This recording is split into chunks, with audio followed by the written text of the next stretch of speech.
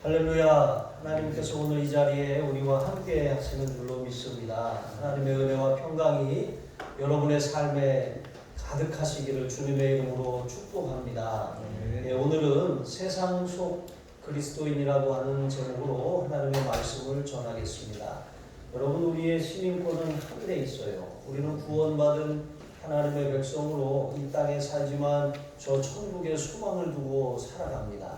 그런데 이 천국의 소망을 두고 산다고 이 세상에 속한 것이 아닌 것이 아니죠. 우리는 이 세상 속에 살고 있습니다. 그러므로 우리가 이 세상 가운데 이 국가 권력, 통치자에 대해서 어떤 태도를 취해야 합당하고 또 우리가 이웃과 더불어 살아가는데 혼자 살 수가 없습니다. 여러분, 남자들의 로망이 자연인입니다. 산속에다 집 짓고 혼자 사는 것인데, 여러분, 우리는 홀로 살라고 하나님이 그렇게 짓지 않으셨어요. 이웃에게 이웃과 더불어 살아가게 하셨는데, 우리의 이웃은 가깝게는 우리의 배우자이고 자녀이고 또 우리의 일가와 친척이고 또 교회 안에서 여러분 이 성도로 만난 우리가 서로 이웃이에요. 그리고 우리 옆집에 살아가는 분들, 또 우리 주변에, 또 나와 직장에서, 또 나의 거래처, 고객들, 관계하는 모든 사람들이 다 이웃입니다. 이 이웃이라고 하는 개념은 나로부터 계속해서 예루살렘과 온 유대와 사마리아와 땅끝으로 이렇게 확장되어 가는 것입니다. 모두가 다 이웃이죠. 이웃과 더불어 살아야 하는 것이고, 그리고 그런 살아가는 원리는 예수님께서 바로 사랑이라고 말씀하시고 계시는 것이죠. 그리고 또 한 가지는 우리가 이 세상에 살지만 이 세상에는 끝이 있다라고 하는 것을 늘 기억하고 살아야 합니다. 세상에는 종말이 있습니다. 종말 때에는 하나님의 분명한 심판, 공의로운 심판이 있고 그 심판에 따라 어떤 사람들은 영생에 들어가고 어떤 사람들은 영벌에 처하게 되는 것이죠. 이처럼 우리는 이 세상에 살면서 통치자, 국가와 관계, 또 이웃과 관계, 또 하나님과 우리 사이의 관계, 하나님의 백성으로 어떠한 그런 신분과 정체성을 가지고 살아야 할지 그것을 늘 기억해야 하는 것이죠. 구원받은 우리, 믿음으로써 의롭다함을 얻었습니다. 이신 득의, 이렇게 믿음으로 의롭다함을 받은 우리는 그렇게 내가 구원받았으니까 아무렇게나 살아도 되지, 이게 아니라 구원받았으면 구원받은 자답게 살아야 하는 것이죠.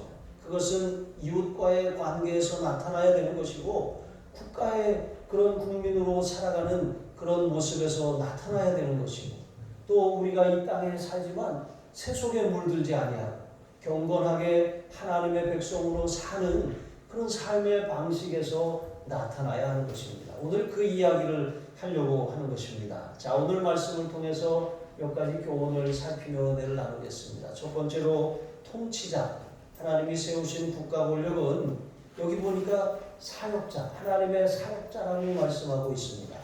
여러분, 사역자는 꼭 교회, 하나님과 관계된 일만 하는 사람들을 사역자라고 부르지 않으셨어요.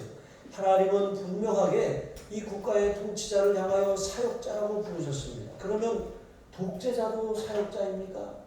여러분, 어떤 통치자도 과가 있고 그런 허물도 있지만 또 유익도 있다고 말하는 것이죠. 그래서 어떤 대통령들은 존경을 받지만 어떤 대통령들은 또 이렇게 욕을 먹고 그렇게 하는 것이죠. 사람이니까 완벽할 수 없고 다 잘할 수 없어요. 그리고 혼자 통치하는 것이 아니라 주변에서 어떻게 협력하고 돕느냐가 참 중요합니다. 여기에 그리스도인들의 책임이 있어요. 여러분, 우리는 국가 권력을 위해서 기도해야 돼요. 내가 안 뽑았으니까 반대하고 내가 안 뽑았으니까 끌어내리고 그렇게 할 것이 아니라, 비록 우리가 투표를 해서 내가 뽑은 사람이 되지 않을 수도 있어요. 내가 원하는 사람이 대통령으로 당선되지 않을 수도 있어요. 하지만 당선되고 난 다음에는 어떻게 해야 합니까? 그 국가 권력에 충성하고 책임을 다할 의무가 모든 국민에게 다 있는 것입니다. 절반의 성공을 했다고 할지라도 내가 저런 사람은 대통령이 돼서는 안 돼 하는 사람이 대통령이 됐다고 할지라도, 여러분, 우리는 하나님이 그를 사역자로 세우셨다라고 하는 사실을 기억해야 합니다. 여러분, 바벨론의 느부갓네살 왕조차도 하나님이 세우신 사역자예요. 그는 하나님께서 하나님의 백성을 징계하는 도구로 사용하셨습니다. 그러면 하나님이 그를 사역자로 세우셔서 자기 백성을 징계하시는 것에 대해서 불만을 표현하거나 하나님 왜 그렇게 하셨냐고 하나님의 섭리에 대해서 도전할 수 있겠습니까? 하나님은 어떤 나라를 세우기도 하시고 폐하기도 하셔요. 어떤 통치자를 세우기도 하시고 폐하기도 하셔요. 어떤 통치자가 있음으로 말미암아 얻는 유익이 있어요. 물론 그런 해악도 있는 것입니다. 그런데 이 세상 나라는 완전하지 않아요. 여기는 유토피아가 아닙니다. 천국이 아니에요. 그러니까 실수가 있고 또 그 통치를 끌어내리는 사람들도 있고 또 잘못된 말에 귀를 기울여서 그것에 속아서 국민을 도탄에 빠뜨리는 그런 통치자도 있어요. 어쨌든 결정이 된 다음에는 깨끗하게 승복해야 되는 것입니다. 하나님이 세우셨다라고 하는 그런 하나님이 세우신 사역자다 이런 마음을 가져야 되는 것입니다. 대통령이 이미 당선이 됐는데 여러분 대통령이 나라를 잘 끌고 갈 수 있도록 도와야 되잖아요. 그런데 끌어내리고 반대하고 막 이렇게 물론 건강하게 어떤 정책적으로 바르지 못한 길을 가는 것에 대해서 우리가 그것을 정당한 방법으로 브레이크를 걸 수는 있어요. 그런데 그 도를 넘어서서 상대방을 끌어내리고 깎아내리는 거 이거 참 안 좋습니다. 국가도 마찬가지고 이웃도 마찬가지입니다. 여러분 제가 요즘에 읽고 있는 책이 하나 있어요. 가트맨 박사가 쓴 그런 이론을 가지고 쓴 그런 책인데 여기 보니까 사람이 이웃과의 관계에서 그 관계를 깨뜨리는 게 네 가지더라고요. 네 가지. 예, 비방, 네, 이 경담이라고 그러더라고요. 비방 경담. 비방 경담이 뭐냐면 비난하는 거예요. 비난. 그러니까 우리가 다른 사람들에 대해서 장점을 보고 칭찬해줘야 되는데 흠을 잡으려고 해요. 자꾸 이렇게 미운 눈으로 보려고 해요. 그럼 미운 눈으로 보면 좋은 말이 안 나갑니다. 비난하는 거예요. 비난. 여러분 자녀들에게도 계속 비난을 해보세요. 이 아이가 뭐 50점 맞던 아이가 그냥 열심히 해갖고 70점을 맞아왔어요. 그러면 잘했어 하고 칭찬해주고 피자 사줄까? 이렇게 해야 오는데 조금만 더 하면 100점인데 70점이 뭐냐 이러면 이 아이가 공부하고 싶은 마음이 사라져버려요. 잘했다. 여러분 이 30점을 맞아왔다고 할지라도 30점 맞은 아이가 너 30점 맞게 아빠는 옛날에 그러지 않았어. 이렇게 하면 이 아이가 더 위축되고 이렇게 그 비난에 아주 주저앉아 버리잖아요. 그런데 30점이나 맞았어? 아빠는 옛날에 빵점 맞고 그랬어. 너 진짜 잘했다. 조금만 더 하면 성적이 오를 수 있겠다. 그러면서 칭찬해 주는 거예요. 그리고 이게 별거 아닌 것 같지만 30점도 오버하는 애들도 있어. 하면서 조금만 더 노력해보자. 그래서 20점이 올랐어요. 그래서 50점을 가지고 왔습니다. 그랬더니 이제 부끄럽잖아요. 50점 내세울 것도 아니고. 그런데 정말 잘했다. 20점이나 올랐어. 너는 지금 계속 성장하고 있어. 여러분 이런 말을 들으면 아이가 어떻겠습니까? 여러분 다 잘할 수는 없어요. 아직 우리는 자라는 과정에 있고 성장 과정에 있습니다. 따라 국가의 통치자도 마찬가지입니다. 계속 비난하면 우리 얼굴에 우리가 침을 뱉는 것입니다. 그리고 여러분 방어하는 것. 이 방은 방어인데 방어하는 것은 어떤 것입니까? 우리가 어떤 말들을 들었을 때 누군가 우리를 지적하면 그것에 대해서 그렇게 생각할 수도 있겠구나 이렇게 받아들여야 되는데 그것에 대해서 자꾸 변명하려고 해요. 자꾸 핑계하려고 하는 것입니다. 여러분 이것이 관계를 건강하게 만들지 못하도록 방해하는 거예요. 그리고 또 어떤 것입니까? 경멸하는 거예요. 여러분 경멸하는 것 이 새 머리야. 걔 뭐야 이렇게 말하는 것. 여러분 그것은 사람의 인격을 아주 깎아내리고 모독하는 거예요. 이런 경멸의 말을 들으면 그 사람의 얼굴을 똑바로 쳐다보고 웃음을 이렇게 웃을 수가 있겠습니까? 그래서 우리가 서로 잘해야 되는 거예요. 그리고 담 쌓기라고 합니다. 비방 경담. 이 여러분 우리가 화가 나면 말 안 해. 제가 어렸을 때 엄마 저 이거 사주세요. 안 돼. 그러면 나 밥 안 먹어. 그럼 어머니가 그래 밥 안 먹으면 네 배가 고프지 내 배가 고프냐? 먹지 말아라. 그러면 조금 있으면 꼬르륵 소리가 나잖아요. 그러면 엄마 저 밥 먹을래요. 그래 하고 또 밥을 또 차려주시고 그러셨잖아요. 여러분 이 담쌓기라고 하는 것은 말을 안 하거나 피해버리거나 회피하거나 뭐 오랫동안 그냥 화난 사람처럼 그렇게 지내는 거예요. 여러분 이렇게 사는 것은 서로에게 도움이 되지 않습니다. 그렇게 하는 것 관계를 개선하지 않고 망치겠다는 거예요. 여러분 이러한 모습이 저에게도 있고 여러분에게도 있어요. 우리 교회 안에도 있습니다. 제가 여기 온 지 1년이 조금 넘었는데 우리 교회가 모래알 같아요. 모래알. 여러분 하나님이 우리를 진흙과 같이 토기장이가 되셔서 이렇게 잘 빚으셔서 만드셔야 되는데 하나님이 만드시도록 우리를 내어드리지 못하고 모래알처럼 서로 다 남남처럼 그렇게 살아가고 있어요. 제가 지난주에 그랬죠. 교회 들어올 때는 성씨고 또 교회 들어올 때는 어떤 뭐 지위고 교회 들어올 때는 어떤 가진 그런 정도고 모든 생김새고 외모고 어떤 환경이건 다 저 문 앞에 다 내려놓고 들어오시라고요. 여기서는 아무것도 아닙니다. 여기서는 다 하시예요. 하나님의 가족이고 성령 안에서 우리가 하나님 앞에 영광로 안에서 다 녹아져야 돼요. 다 하나가 되어야 하는 것입니다. 그런데 하나가 되지 못하게 방해하는 것이 이 비방경담이라고 하는 거예요. 서로 담을 쌓고 있고 보이지 않는 벽이 있어요. 제가 그거를 깨뜨리려고 하는데 여러분 저하고 여러분 사이에도 이 벽이 있잖아요. 이거 빨리 코로나 이 환경이 끝나서 이거 빨리 제거해야 되잖아요. 저도 답답해요. 소리가 울려갖고 제 귀를 막 이렇게 웅웅웅 돼서 저도 불편합니다.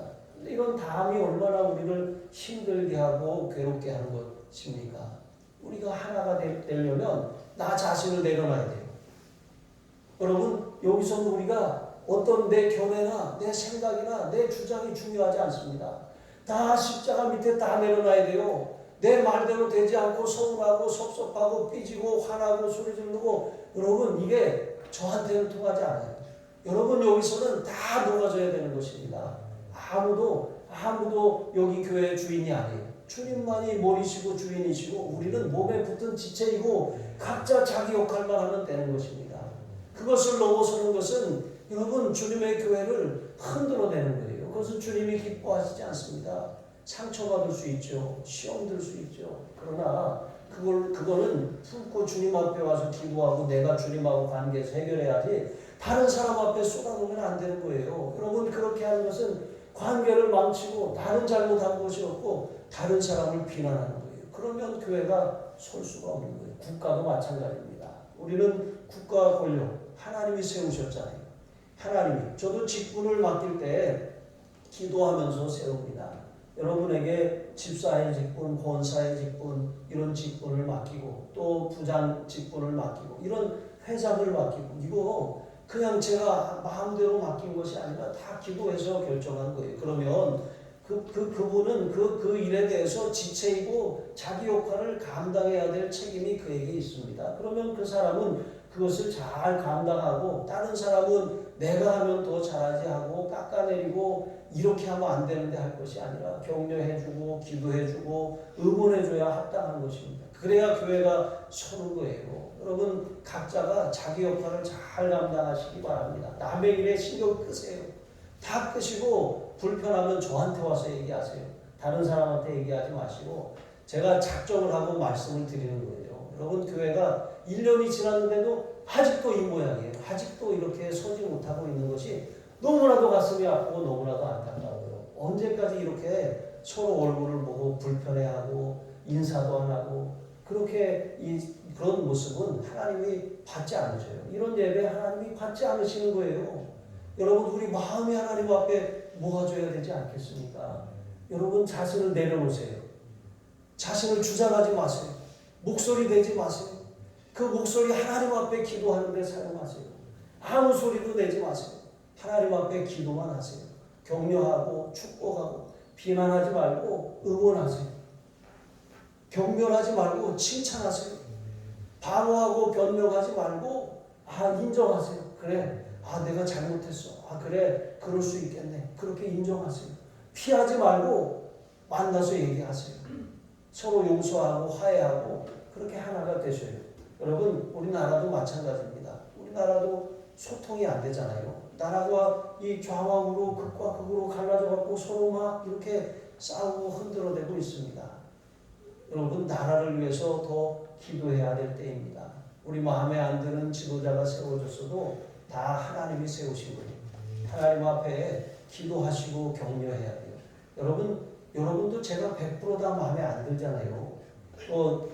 저도 알아요. 그런데 저도 사람입니다. 제가 마음에 안 들면 저를 위해서 기도하라고 하는 사인으로 알아듣고 기도하셔요. 그러면 되는 것입니다. 여러분, 여기는 절이 아니잖아요. 중은 절이 싫으면 떠나지만 여러분, 저는 중도 아니고 여기는 절이 아니에요. 저는 목사고 여러분은 교회잖아요. 우리는 품고 기도해야 됩니다. 하나님께서 세상을 창조하셨을 때 창세기에 보면 땅이 공허하고 혼돈하며 흑암이 깊음 위에 있고, 여러분, 공허하고 혼돈하고 흑암이 깊음 위에 있다고 했어요. 이게 인간이 사는 세상이에요. 하나님이 바라보시는 세상의 모습입니다. 그런데 하나님의 신은 수면에 운행하시니라 그랬잖아요. 운행하신다는 것은 암탉이 이렇게 알을 품듯이 이렇게 품고 기다리는 거예요. 부화하기까지. 하나님이 이렇게 품고서 그렇게 운행하시니까 여러분, 어떤 일이 벌어집니까? 하나님이 보시기에 좋았더라라고 하신 아름다운 세상이 만들어지지 않았습니까? 우리가 의견이 틀릴 수 있어요. 다를 수 있어요. 그러면 품고 기도하세요. 하나님의 마음을 달라고 하세요. 그렇게 하다 보면 교회가 아름답게 가꾸어지는 것입니다.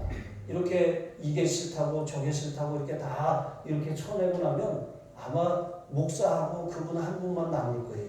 여러분, 그분이 되지 마시기 바랍니다. 여러분, 우리는 갈 길이 멀어요. 지금 아웅다웅할 때가 아니라 이 코로나가 이제 위드 코로나로 가고 있는데 교회가 부흥하려면 한 마음이 돼서 일어나야 되지 않겠습니까?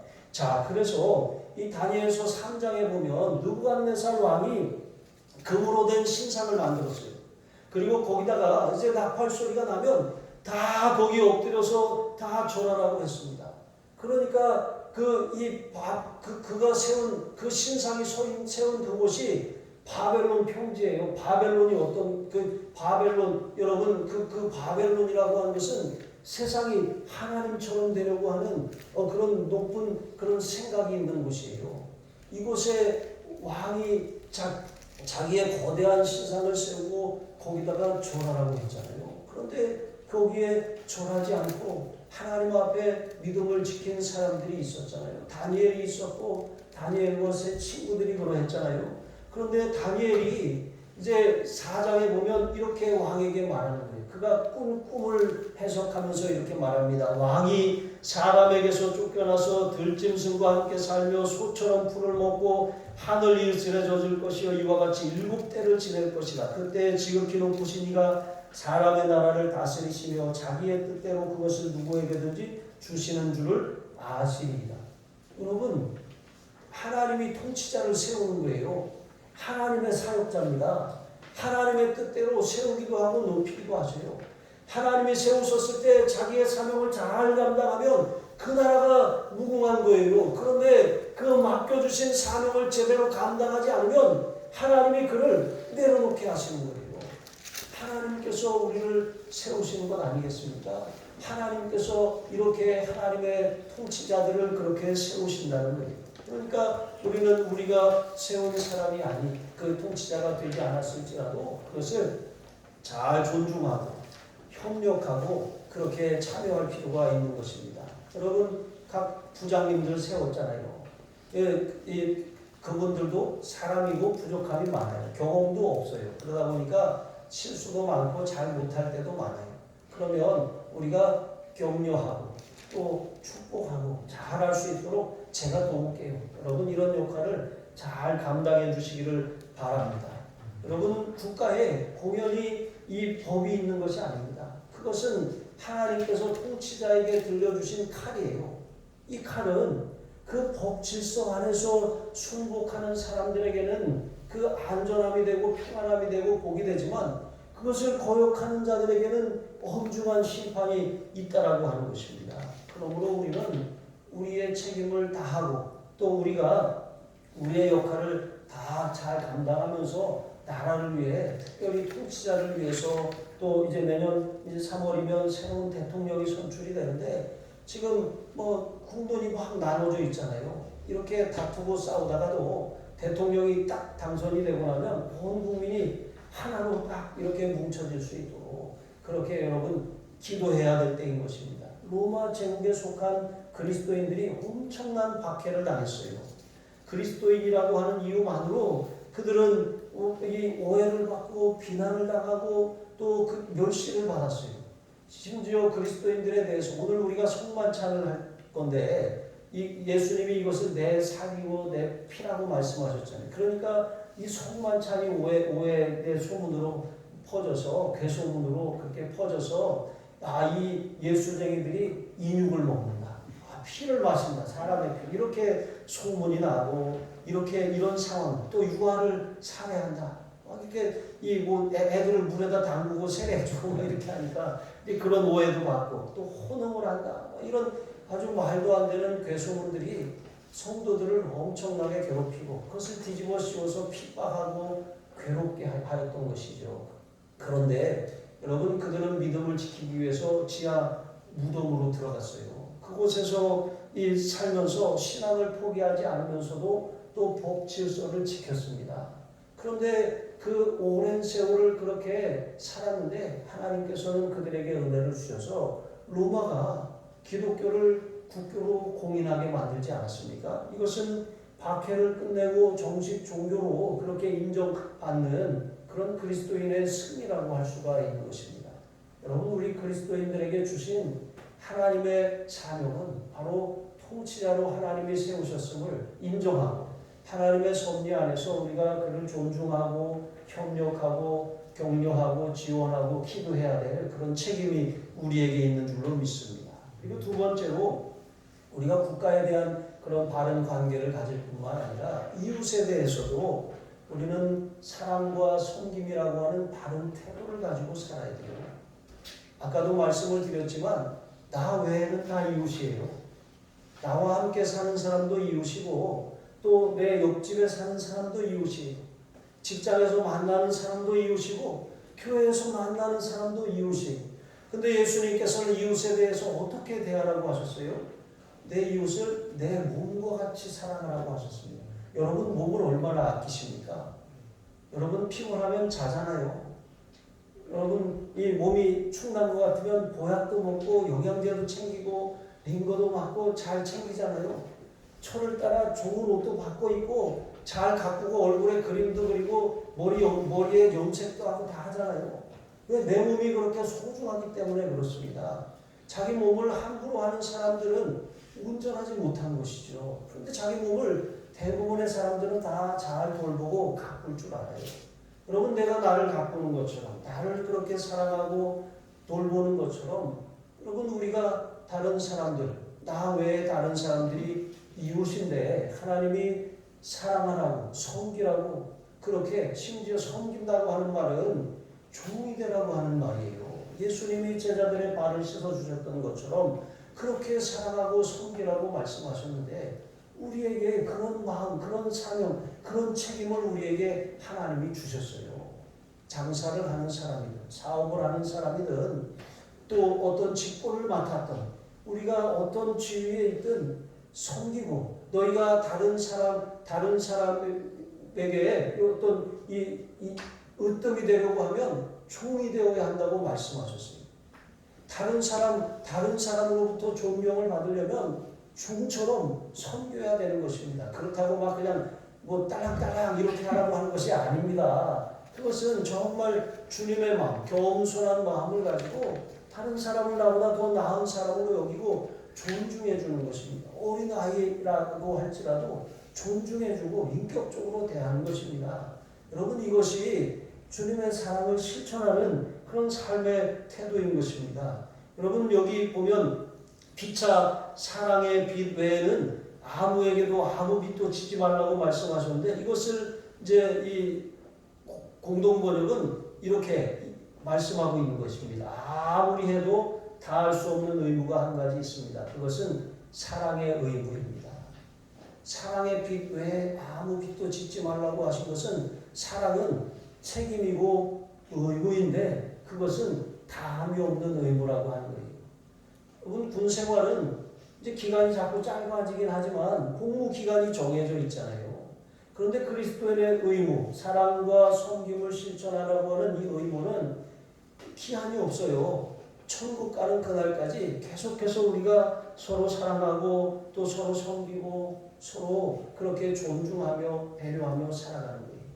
비방 경담, 비난하고 경멸하고 비난하고 방어하고 경멸하고 담을 쌓는 그런 삶이 아니라 칭찬하고 또 우리가 이 격려하고 위로하고 세워주고 또 인정하고 그런 삶, 존중하는 삶을 그렇게 살아갈 때 우리는 다른 사람을 이해할 수 있고 다른 사람의 말이 들려요. 남자들은 문제가 이 여자들의 말을 잘 듣지 않아요. 저희 어머니가 결혼하기 전에 저한테 그런 말씀을 하셨어요. 야, 마누라 말을 잘 들으면 자다가도 떡을 얻어 먹는다. 그래서 제가 어머니한테 저 떡 싫어하는데요. 여러분 우리가 다른 사람의 말을 잘 안 듣는데 특별히 여자분들이 하는 말을 잘 안 듣는 그런 경향이 있어요. 그런데 잘 들어야 됩니다. 하나님이 우리의 삶에 남자와 여자를 지으신 이유는 남자는 남자 방식대로 생각하고 살아가요. 여자는 여자 방식대로 살아가는 그런 하나님의 창조 원리가 있습니다. 그런데 우리가 서로에게 이렇게 귀를 기울이고 잘 들어야 그 결정이라든가 선택이 온전한 것이지 나만 옳다고 주장하고 시끄러 가만히 있어 내가 알아서 할 거야 여러분 이렇게 해서는 아무것도 제대로 되지가 않는 것입니다. 절대로 남자들이 하지 않는 것 지금은 내비가 아주 잘 돼 있잖아요. 실시간으로. 근데 전에는 이제 내비가 없을 때는 이제 운전하고 가면 옆에서 얘기하면 내비가 없으니까 내비도 그랬어요. 뭐 자꾸 떠들면 내비 한노 이랬단 말이에요. 근데 이제 내비가 있으니까 그렇지만 전에는 길을 모르고 잘못 가면 옆에서 여기 아닌 것 같은데 그럼 가만히 있어 내비도 하면서 계속 갔어요. 그럼 다른 사람한테 좀 물어보라고 내가 알아 내비도 그렇게 계속 갔잖아요. 여러분 이렇게 우리가 이렇게 소통을 안 하고 살아간다라고 하는 거예요. 좀 다른 사람의 말에 좀 귀를 기울이고 다른 사람의 신음이 들려오고 다른 사람의 고통으로 울부짖는 그런 소리가 들려와야 되는 것입니다. 나 중심이 아니라 하나님 중심의 삶을 살아가야 되는 것입니다. 인생에 지난번에도 말씀을 드렸던 것처럼 에덴 동산에는 많은 나무들 가운데 동산 중앙에 두 나무가 딱 자리하고 있어요. 하나는 생명나무입니다. 하나는 선악과의 열매를 맺는 선악과예요. 이 생명나무 열매를 따먹으면 영생하는 거예요. 하나님과 교제하는 거예요. 하나님과 연결이 되고 우리가 예수님 안에서 하나님과 관계가 회복됐잖아요. 하나님의 말씀과 기도로 하나님의 생명을 누리면서 살잖아요.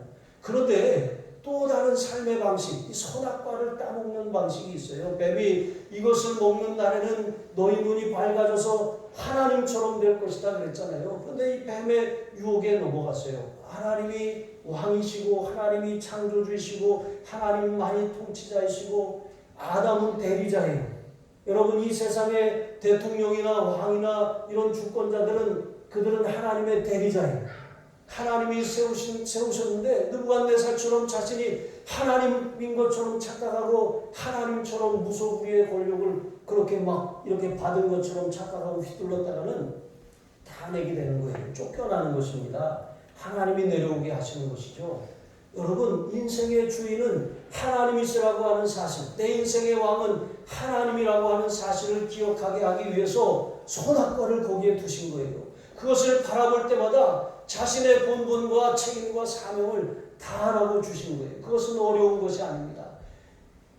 많은 것 중에 하나만 먹어라 그것이 아니라 많은 것 중에 하나만 먹지 말아라 했는데 꼭 먹지 말라고 하면 그걸 꼭 먹고 싶잖아요. 제 막내, 제 동생이 5살 아래인데 어머니가 동생을 낳고 나서 제가 외할머니 댁에 저기 서울 대림동에 가서 있었던 적이 있었어요. 그럼 거기 도림시장에 가면 할머니가 이렇게 육아를 이 긴 봉지에 이 담은 유과를 그렇게 사갖고 저를 주셨는데 그게 그렇게 맛있었어요. 근데 저희 자라던 시골에서 그걸 구경할 수 없었으니까 그럼 할머니가 딱 하루에 3개씩만 주셨어요.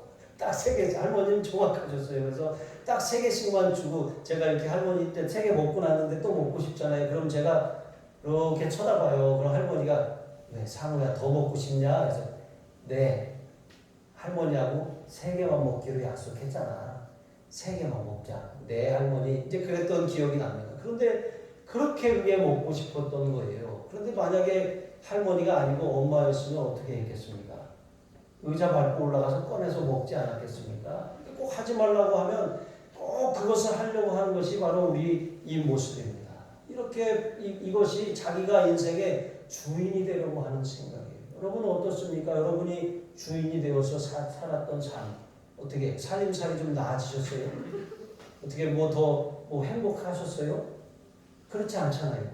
내 인생의 주인이 내가 되었을 때는 아무리 내가 아침 일찍 일어나서 수고했던 밥도 제대로 챙겨 먹지 못하고 일하고 저녁 늦게 눕지만 거두는 것이 없었어요. 삶에 만족이 없고 기쁨이 없었어요. 그런데 하나님을 만나고 예배하고 내 인생의 자리를 하나님 앞에 내어드리기 시작하였을 때 하나님이 내 삶의 왕이 되시고 예수님이 내 삶의 주인이 되신 삶을 내가 내 마음대로 선택하는 삶을 이제는 기도하고 선택하고 하나님의 뜻을 구하고 하나님의 은혜를 구하고 나니까 여러분 우리의 삶이 편안해졌잖아요. 결정해야 되는 것만큼 부담이 없어요. 뭐 먹을까? 이렇게 묻잖아요. 그러면 아무거나 그냥 뭐 있는 거 먹어. 뭐 시켜 먹을까? 이게 참 어려운 일이잖아요. 그런데 하나님께서 우리의 삶의 결정권자가 아니라 하나님이 우리의 인생을 결정하시고 왕이 되셨음을 인정하고 살아가는 사람들은 하나님이 우리 마음에 주셔요. 필요한 것들을 알게 하시고 뭐를 먹어야 되는지 생각나게 하셔요. 그리고 그것이 우리에게 유익이 되게 하시는 것입니다. 여러분 하나님이 왕이 되신 삶, 나 자신을 내려놓는 이러한 삶, 이것은 우리가 나를 주장하지 않으니까 더불어 살 수가 있어요. 그런데 자꾸 나 하나님이 응답하시지 않는 기도 5가지가 있어요. 이제 수요일 날 말씀을 전할 건데 그 중에 하나가 바로 그거예요. 나 중심의 기도입니다. 나 하나님 내가 하나님 내가. 여러분 말은 하나님 앞에 그렇게 기도하고 있지만 자기가 인생의 주인이 되었음을 내려놓지 못하는 것이죠. 나는 내 정과 욕심을 예수님 십자가에 내려놔야 돼요. 다 내려놨다 해야 되는 것입니다. 내 가치관도 내 경험도 내 생각도 내 뜻도 내 고집도 다 내려놓으세요. 저도 여러분 하늘중앙교회에서 만 8년을 있었잖아요. 그리고 저도 목회한 지 20년이 넘었어요. 담임 목회도 했었잖아요. 저도 제 방식이 있어요. 저 스타일이 있어요. 그런데 제 방식과 스타일을 하늘중앙교회 가니까 담임 목사가 아니고 부목사잖아요. 제 마음대로 못하잖아요. 심지어 뭐 설교도 제 마음대로 하면 안 됐었던 거예요. 다 이렇게 보도 지치는 건 아니지만 가이드라인이 다 있어요. 넘지 말아야 될 선이 있어요. 부목사와 담임 목사의 엄연한 경계가 있는 거예요. 이것을 잘 지키면 장수하는 거고 잘 못 지키면 뭐 어떻게 해요? 같이 못 지내는 거죠. 근데 저는 이 하늘중앙교회에 있으면서 하나님이 그런 훈련을 시키신 것 같아요. 너무 감사하고 그래서 내려놓지 않으면 아무것도 될 수 없다라고 하는 것을 경험하게 하셨어요. 여기 와서도 여러분 정말 제가 그동안 눌려있던 거 내가 마음대로 하고 싶은 거 해야지 이런 마음이 왜 안 들겠어요. 그러나 그렇게 해서는 교회가 설 수 없으니까 하나님의 뜻을 구하는 거예요. 하늘중앙교회 방식이 아니라 하나님의 방식, 나에게 주신 방식, 하늘사랑교회의 방식을 구하는 거예요. 여러분 저도 그렇게 하고 힘쓰고 있으니까 여러분도 그렇게 하셔야 돼요. 전에 어떻게 교회가 운영되었는지 그것은 중요하지 않아요. 여러분 이제 우리는 새로운 배를 탔어요. 새로운 그런 방향을 향해 나아가고 있잖아요. 그러면 우리가 이전 일은 다 잊어버리고 유익한 것만 간직하고 우리가 협력하고 하나가 되어야 할 때가 된 것입니다. 여러분 그렇게 할 때 나를 내려놓을 때 우리가 이웃, 나 외에 다 이웃이라고 말씀드렸잖아요. 옆에 이 주위를 둘러보세요. 여러분의 이웃들입니다. 여러분의 몸과 같이 사랑해야 될 이웃들입니다. 여러분, 그렇게 나를 내려놓지 않으면 절대 사랑의 대상이 되지 않고 경쟁의 대상이 됩니다. 축복과 칭찬과 격려의 대상이 되지 않고 또 비난과 또 이 시기와 질투의 대상이 될 수밖에 없습니다. 나를 내려놓지 않으면 절대 이웃 사랑이 불가능합니다. 이것을 기억하시기를 바랍니다. 하나님은 우리가 하나님과 우리 사이에 원수가 되었을 때 그리스도께서 우리를 위하여 죽으심으로 하나님께서 우리에 대한 자기의 사랑을 확증하셨다고 했어요. 이 말씀이 무슨 뜻입니까? 하나님께서 우리를 사랑하신 사랑은 우리가 받을 자격이 있어서 사랑하신 게 아니에요. 하나님이 우리의 조건을 보고 사랑하신 것이 아니에요. 하나님이 보실 때 거룩하신 하나님의 입장에서 우리는 참으로 정말 이 하나님의 진노 아래 있는 죄인이었다라고 하는 것입니다. 그런데 하나님께서 우리를 위해서 자기 아들 독생자를 내어주셨잖아요. 내어주는 게 사랑이에요. 희생하는 게 사랑입니다. 저 사람이 받을 자격이 있어서 내가 사랑하는 것이 아니라 받을 자격이 없어. 나한테 한 게 있어야지. 나한테 한 게 없고 오히려 나한테 해를 끼쳤어도 사랑해야 되는 이웃이라고 말씀하시는 거예요. 그래서 우리가 원수조차도 사랑하라고 주님이 말씀하시는 거예요. 그게 구원받은 사람이고 구원받은 사람의 합당한 열매라고 말씀하시는 거예요. 내가 다른 사람을 사랑하지 않고 있다라고 하는 것은 여전히 이웃으로 생각하지 않고 있다는 거예요. 여전히 나를 사랑하고 있다는 거예요.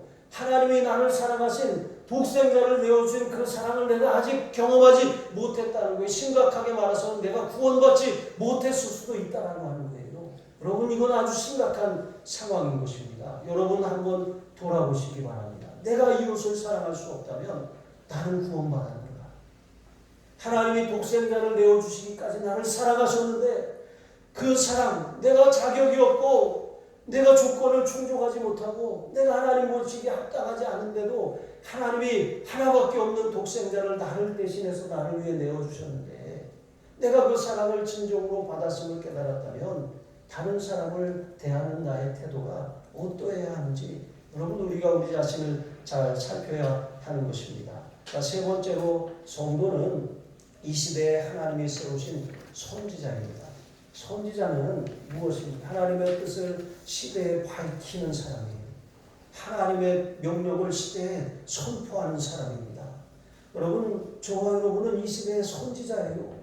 하나님 앞에 기도하고 말씀 가운데 하나님의 뜻을 구하며 그것을 전해야 될 책임과 선포해야 될 사명이 저와 여러분에게 있는 사람들입니다. 분명한 하나님의 뜻이 있어요. 이 시대엔 하나님의 뜻이 있어요. 그런데 베드로후서 2장 5절로 8절에 보면 마지막 때를 살아왔던 두 종류의 이 하나님의 백성의 모습이 있어요. 한 사람은 노아이고 한 사람은 롯입니다. 여기 보니까 오직 의를 전파하는 노아와 그 7 식구를 보존하시고 경건하지 아니한 자들의 세상에 홍수를 내리셨으며 하나님이 세상을 홍수로 심판하셨을 때 오직 의를 전파하는 노아와 그 이 가족 7을 건지셨다 그랬습니다.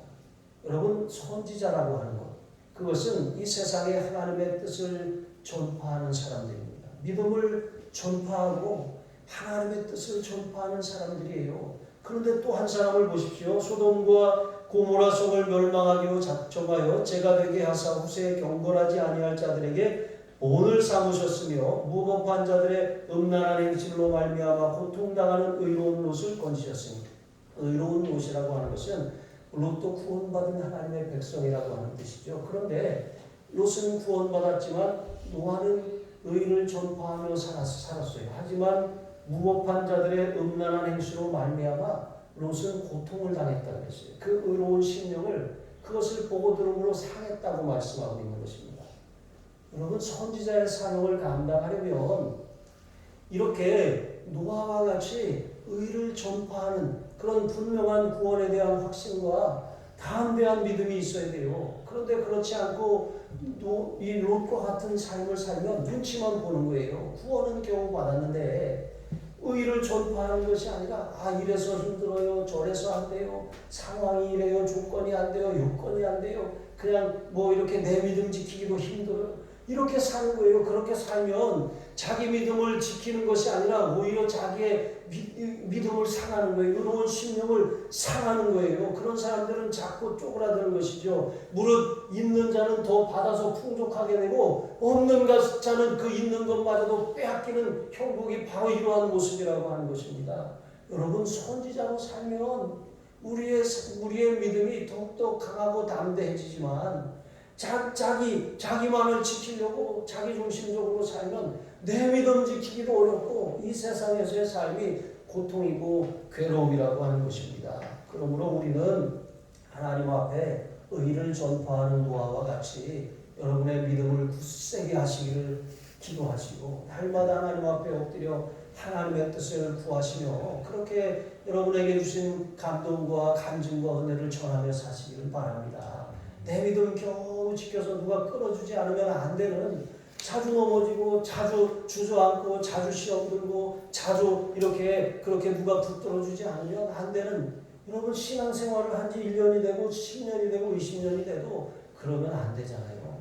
여러분 성장해 나가시기를 바랍니다. 어거스틴은 17세에 유학을 갔어요. 이게 조기 유학이 별로 안 좋은 것 같아요. 카르타고로 유학을 갔는데 그 유학을 가서 그가 하지 말라는 건 다 골라서 합니다.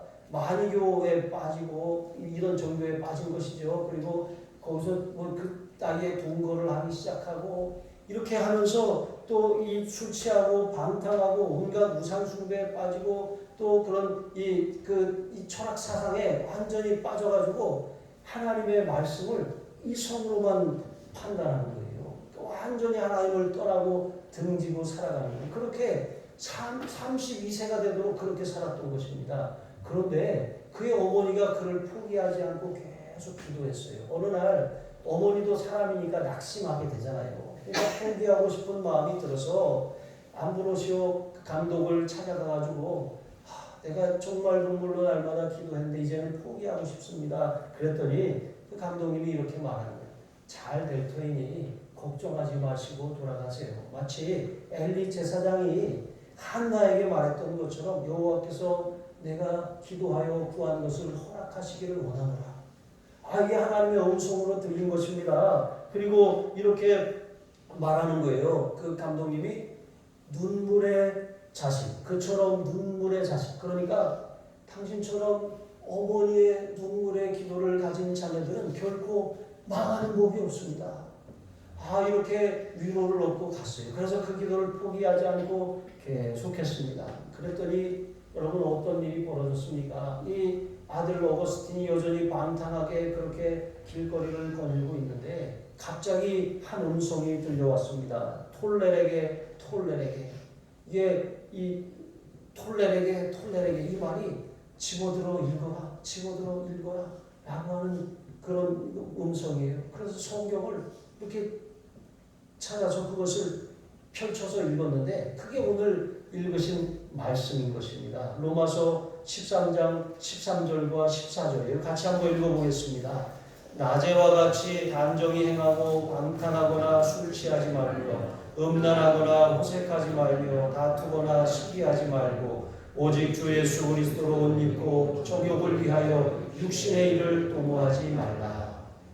이 말씀이 딱 있는데 빛처럼 자기에게 비춰지니까 어두움이 일순간에 물러갑니다. 여러분 그가 초기 교회의 교리를 집대성한 사람이 되었습니다. 그 하나님께서 그 모든 방황을 잃어버린 세월로 그렇게 내버려 두지 아니하시고 어머니의 눈물과 함께 잘 버무려서 교회를 견고하게 세우는 그런 기둥같이 사용하신 것입니다. 여러분 우리의 이 삶에 하나님께서 정말 주신 그런 은혜와 축복, 그 사명, 우리가 감당해야 될 책임, 그것은 우리가 생각하기에 정말 이렇게 한다고 뭐가 달라지나 이런 마음도 들고 포기하고 싶은 생각이 들 때도 있어요. 하지만 절대로 그렇지 않습니다. 하나님께서 반드시 우리의 기도에 응답하시고 우리가 감당하는 그 일들을 통해서 몇 사람을 구원하실 것입니다. 지난주에도 말씀을 드렸지만 제가 여기가 5번째 목회지예요. 여기 그 전에 목회지에서 있었던 일입니다. 제가 하나님 앞에 이제 새로운 임지를 놓고 기도하는데 참을 오랜 세월을 기도했습니다. 그런데 하나님께서 저에게 말씀하셨어요. 새벽에 딱 강단에 무릎 꿇고 기도하는데 하나님이 내가 떠나가는 것을 허락한다. 그런데 내가 있음으로 말미암아 몇 사람을 내가 이곳에서 건져내리라. 근데 그 말씀을 딱 듣고 나니까 제가 가겠다고 하는 소리를 더 이상 할 수가 없겠더라고요. 예, 하나님 순종하겠습니다. 하나님이 맡기신 그 몇 사람을 건져내기 위해서 제가 더 여기에서 충성하겠습니다. 여러분 이렇게 하나님 앞에 결단했던 이 기억이 있습니다. 여러분이 감당하는 그 일, 선지자적인 그 사명, 여러분 그것 우리가 이 기도하고 또 믿음의 씨앗을 뿌리고 또 성도를 섬기고 교회를 섬기는 일, 여러분 아무것도 아닌 것이 아닙니다. 하나님이 여러분의 수고 다 기억하시고 여러분의 눈물을 다 알고 계시고 여러분이 어떻게 이 교회를 세워왔고 어떻게 헌신했는지 하나님이 다 기억하고 계시고 사람은 다 알아주지 않고 그것을 다 지우려고 하는 것 같아도 하나님은 다 그것을 기억하고 계십니다. 하나님은 여러분의 그런 이 기도와 여러분의 헌신 그것을 다 기억하시고 천국밭에 심으셨다가 하나님의 때에 반드시 거두게 하시는 것입니다. 그것을 기억하시고 절대 낙심하거나 절대 포기하거나 절대 절망하지 마시기를 바랍니다. 마지막 때를 사는 그리스도인으로서 국가의 지도자는 하나님의 사역자임을 기억하고 또 이웃은 나 외에 내 주변에 있는 모든 사람들이 이웃인데 내 몸과 같이 사랑하라고 하는 그 명령에 순종하며 또 이 땅에 살지만 우리가 하늘에 소망을 두고 천국 시민권을 가지고 사는 사람들로서 정말 이 세상에 끝이 있음을 기억하고 세상의 마지막을 준비하고 또 하나님의 뜻을 행하며 그렇게 믿음을 지키며 살아가시는 저와 여러분이 되시기를 주님의 이름으로 축복합니다. 기도하시겠습니다. 하나님 아버지 참으로 감사를 드립니다.